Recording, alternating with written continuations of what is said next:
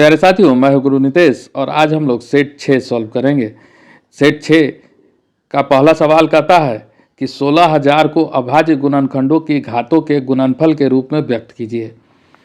अगर अभी तक आपने हमारे चैनल को सब्सक्राइब नहीं किया है तो आप ज़रूर से ज़रूर हमारे चैनल को सब्सक्राइब कर लें ताकि आपको रोज़ नए वीडियो मिलते रहें जो कि आपके काम के हैं।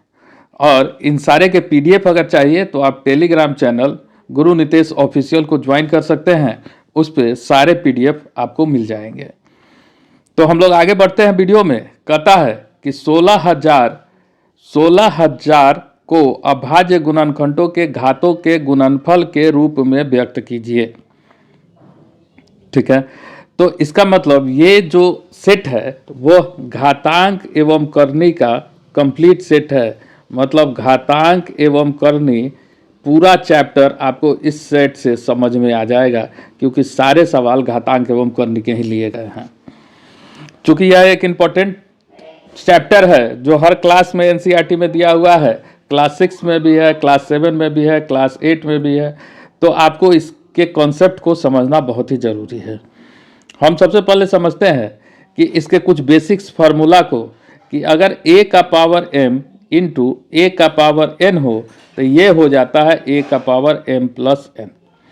अगर a का पावर m बटा a का पावर n हो तो ये हो जाता है a का पावर m माइनस n। मतलब इसको बेस बोलते हैं, इसको पावर बोलते हैं। अगर बेस समान हो, मल्टीप्लिकेशन का साइन हो तो पावर आपस में जुड़ने लगता है, और अगर बेस समान हो, डिवीजन का साइन हो तो पावर आपस में घट जाता है। इसी तरह से a का पावर m का पावर n हो तो इसका मतलब होता है a का पावर m इंटू n। इसी तरह से a का पावर अगर माइनस m हो तो इसका मतलब होता है 1/a का पावर m। इसी तरह से अगर a का पावर 0 हो तो इसका मतलब होता है 1। मतलब किसी भी संख्या का पावर अगर 0 हो जाए तो उसका वैल्यू हो जाता है 1। इसी तरह से आगे बढ़ेंगे तो कुछ और फार्मूला होगा, जैसे a का पावर m इंटू a का पावर n इंटू a का पावर p, तो भी हो जाएगा a का power m plus n plus p।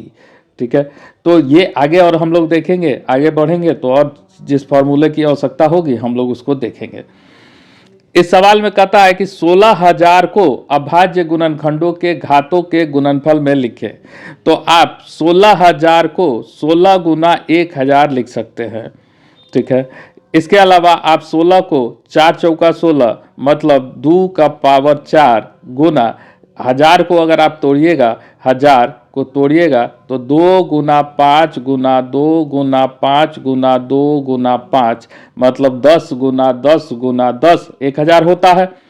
तो 1000 को अगर अभाज्य गुणनखंडों में हम तोड़ेंगे तो 2 गुना 5 गुना 2 गुना 5 गुना 2 गुना 5, तो इसका मतलब ये होगा 2 का पावर 4 गुना 2 का पावर 3 गुना 5 का पावर 3। अब देखिए ये a का पावर m इंटू a का पावर n के फॉर्म में आ गया, तो ये हो जाएगा 2 का पावर 7 गुना 5 का पावर 3।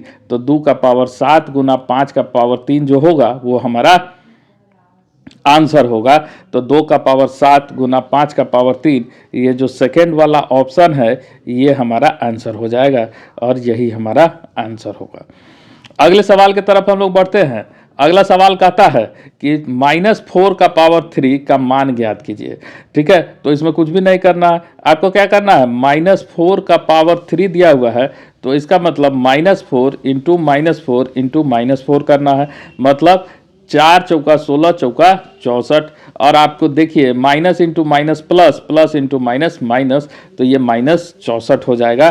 तो इसका आंसर जो है वो चौथा नंबर हो जाएगा। फोर्थ नंबर जो है ये इसका आंसर हो जाएगा। आपको बेसिक रूल पता होगा कि प्लस इंटू प्लस जो होता है वह प्लस होता है, प्लस इंटू माइनस जो होता है वो माइनस होता है, माइनस इंटू प्लस जो होता है वो माइनस होता है, माइनस इंटू माइनस जो होता है वो प्लस होता है। तो बस इस कंसेप्ट को आप लोग बचपन से पढ़ते आ रहे हैं और जानते भी हैं। बस मैं आपको इन कंसेप्ट को रिवाइज करवा दे रहा हूँ ताकि आपको किसी भी तरह का कोई समस्या नहीं हो। ठीक है, आगे अगर हम लोग बढ़े तो अगला अगला सवाल कहता है कि a का पावर 0 का मान क्या होगा। तो अभी हम लोगों ने आपसे कहा कि a का पावर अगर 0 रहता है तो उसका वैल्यू 1 होता है, मतलब किसी भी संख्या का पावर अगर 0 हो तो उसका मान हमेशा 1 होता है। a का पावर 0 अगर होगा तो उसका मान क्या होगा, 1 होगा। अब इसको अगर आप समझना चाहें और अच्छे से तो आप मान लीजिए कि 7 बराबर क्या होगा, 1। तो इसका 7 का पावर 1 बटा ये 7 का पावर 1 है, ठीक है। तो इसका मतलब क्या होगा, 7 का पावर 1 माइनस 1, तो इसका मतलब क्या होगा, 7 का पावर 0 बराबर क्या, 1। 7 बटा 7 करेंगे तो 1 ही होगा। तो ये क्या हो जाता, 7 का पावर 0 इक्वल्स टू 1, मतलब किसी भी संख्या का पावर 0 होगा तो उसका वैल्यू हमेशा 1 होगा, ठीक है, कोई दिक्कत नहीं। आगे बढ़ते हैं हम लोग। अगला कहता है कि 2 का पावर 20 भागा 2 का पावर 15 गुना 2 का पावर 3। तो आपको पता है ये ब्रैकेट दिया हुआ है तो पहले ब्रैकेट का हम लोग तोड़ते हैं। बोर्ड मास रूल आपको पता होगा, BODMAS rule, bracket of division, multiplication, addition and subtraction. तो सबसे पहले हम लोग ब्रैकेट तोड़ते हैं। ब्रैकेट भी 4 तरह का होता है। एक होता है बार ब्रैकेट जिसको रेखा कोष्ठक कहते हैं, दूसरा होता है स्मॉल ब्रैकेट जिसको छोटी कोष्ठक कहते हैं, तीसरा होता है मिडिल ब्रैकेट जिसको मझौला कोष्ठ कहते हैं, और चौथा होता है बिग ब्रैकेट जिसको हम लोग बड़ी कोष्ठ कहते हैं। और इसी ऑर्डर में ब्रैकेट टूटता है, पहले बार ब्रैकेट टूटेगा, फिर स्मॉल ब्रैकेट टूटेगा, फिर मिडिल ब्रैकेट टूटेगा, फिर बिग ब्रैकेट टूटेगा। तो यहाँ दिया हुआ है 2 का पावर 20 भागा 2 का पावर 15 और ये ब्रैकेट में है इंटू 2 का पावर 3। तो भागा का चिन्ह है तो इसका मतलब 2 का पावर 20 माइनस 15, भागा का चिन्ह रहने पे पावर आपस में घट जाता है, कब, जब बेस समान हो, और इंटू 2 का पावर 3। तो ये हो जाएगा 2 का पावर 5 गुना 2 का पावर 3। अब फिर से बेस समान है तो पावर आपस में जुड़ जाएगा, पावर हो जाएगा 5 + 3, तो ये हो जाएगा 2 का पावर 8 और यही आपका आंसर हो जाएगा। तो इसका मतलब ये 4th नंबर जो ऑप्शन है ये आपका आंसर हो जाएगा 2 का पावर 8। अगले सवाल की तरफ हम लोग बढ़े तो अगला सवाल कहता है कि 3 गुना 7 का स्क्वायर गुना 11 का पावर 8 बटा 21 गुना 11 का पावर 3, इसको हल करना है।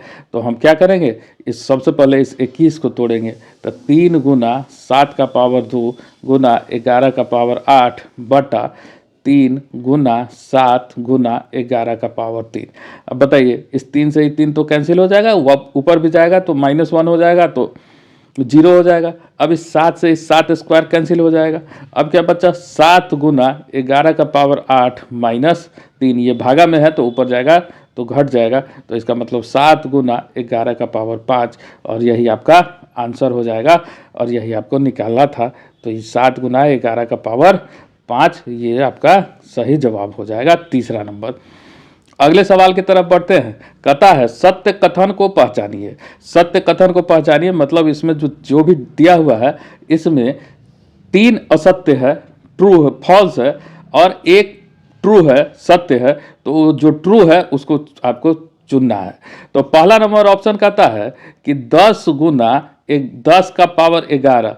तो इसका मतलब यह क्या हुआ, 10 का पावर 1, तो इसका मतलब 10 का पावर 1 + 11, इसका मतलब 10 का पावर 12 होना चाहिए। लेकिन यहाँ लिखा हुआ है 100 का पावर 11। 100 का पावर 11 नहीं होगा। 100 का पावर 11 कब होगा, जब 1 का पावर m है ना गुना 1 का पावर b, 1 का पावर m गुना 1 का पावर m रहता।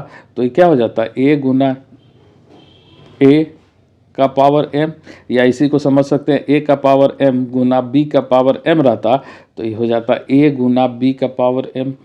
तो ऐसा होता है ना। इसके अलावा एक और होता है आपको आइडेंटिटी कि अगर a का पावर m बराबर है ना b का पावर m हो, है ना, अगर a का पावर m बराबर b का पावर m हो तो इसका मतलब होता है कि a बराबर b, और अगर a का पावर m बराबर a का पावर m हो तो इसका मतलब होता है m बराबर n। ठीक है।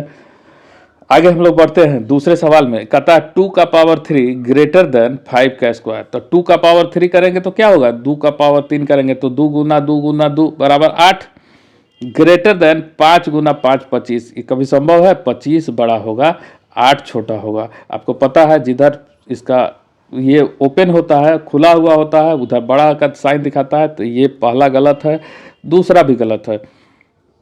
तीसरा कहता है 2 का पावर 3 इंटू 3 का पावर 2 बराबर 6 का पावर 5, है ना।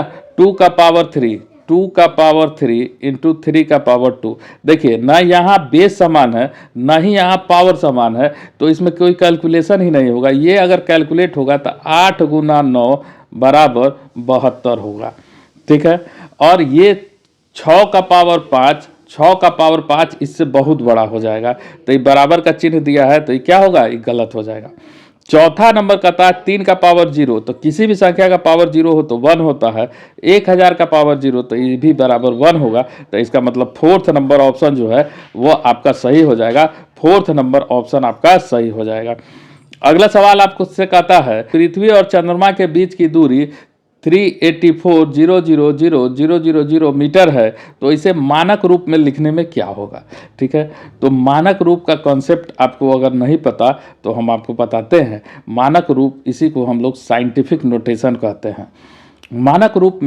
मानक रूप में अगर किसी संख्या को लिखना हो मानक रूप में, साइंटिफिक नोटेशन के रूप में, तो उसमें क्या होता है कि 1.0 से लेकर 10.0 के बीच में उस संख्या को अगर हम लिख दें और जो भी उसके बाद रिमेनिंग है उसको 10 के पावर के रूप में लिख दें, 10 के पावर के रूप में लिख दें, तो वह जो रूप होता है वह मानक रूप होता है। इससे लिखने पर फ़ायदा ये होता है कि जैसे अभी हम इसको पढ़ रहे हैं तो पढ़ने में कंफ्यूज हो जा रहे हैं, उस तरह से अगर लिखा हुआ रहता तो पढ़ने में हम लोग को कंफ्यूजन नहीं होता।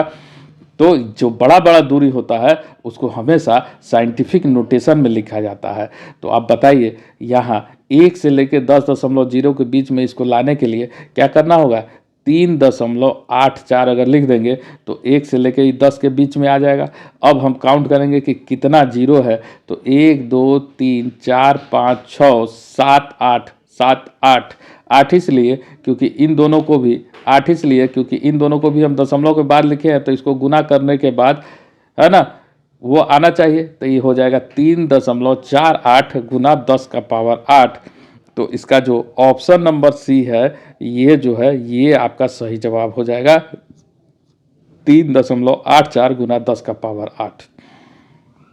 अगले सवाल की तरफ अगर हम लोग बढ़े तो अगला सवाल कहता है कि 47561 को 10 के घात के रूप में व्यक्त करें। तो 10 के घात के रूप में व्यक्त करना है तो इससे पहले हम लोग सेट 1 और या 2 में पढ़े थे कुछ सवाल जिसमें हम लोग एक्सपेंडेड रूप को पढ़े थे। तो एक्सपेंडेड रूप में अगर हम इस संख्या को व्यक्त करते तो यह एक्सपेंडेड रूप होता है, ये है एक्सपेंडेड रूप। लेकिन जब 10 के घात के रूप में कहेगा तो इसका मतलब हम 10,000 नहीं लिखेंगे, 10 का पावर 4 लिखेंगे, 1,000 नहीं लिखेंगे, 10 का पावर 3 लिखेंगे, 100 नहीं लिखेंगे, 10 का पावर 2 लिखेंगे, 10 नहीं लिखेंगे, 10 का पावर 1 लिखेंगे, और केवल 1 नहीं लिखेंगे, 10 का पावर 0 लिखेंगे। तो इसका मतलब ये जो आपका आंसर होगा ये 10 के घात के रूप में अगर आपको कहेगा तो इसका आंसर 2 नंबर हो जाएगा। अगर यही सवाल आपसे एक्सपेंडेड फॉर्म में कहता तो इसका जवाब 1 नंबर होता। तो इसका जवाब क्या होगा, 2 नंबर होगा। 9वें सवाल की तरफ हम लोग बढ़ते हैं। ये कहता है a का पावर 5 अपॉन a का पावर q इंटू a का पावर 8। ठीक है, तो हमारे यहाँ क्या है, डिवीजन में है, तो a का पावर 5 माइनस 3 इंटू a का पावर 8। तो ये क्या हो जाएगा, a का पावर 2 इंटू a का पावर 8। तो अब क्या हो जाएगा, जुड़ जाएगा a का पावर 2 प्लस 8, तो इसका मतलब a का पावर 10, और यही हमारा जवाब हो जाएगा। तो इसका तीसरा नंबर जो ऑप्शन है ये हमारा जवाब हो जाएगा। अगला सवाल कहता है कि 3 का पावर 0 प्लस 2 का पावर 0 और गुना 5 का पावर 0 का मान क्या होगा। तो अभी आपको हमने बताया कि a का पावर 0 हमेशा 1 होता है, मतलब किसी भी संख्या का पावर अगर 0 ले ले तो वो क्या होता है, हमेशा 1 होता है। तो इसका मान 1 होगा, प्लस 1 होगा और गुना 1 होगा, तो इसका मतलब 2 गुना 1, तो इसका मतलब ये हो जाएगा 2। तो 10 का सवाल जो आंसर जो होगा वो होगा 3 होगा। तो ये आज के 10 सवाल थे। फिर कल हम लोग अगले सेट में मिलेंगे। अगर आप चैनल पे नए हैं तो चैनल को ज़रूर सब्सक्राइब कीजिए। इसी तरह से सेट के माध्यम से हर रोज़ हम एक नए चैप्टर के बारे में आपको कंसेप्ट देते रहेंगे, ताकि आपको भी पढ़ने में मज़ा आए और बनाने में भी मज़ा आए। धन्यवाद।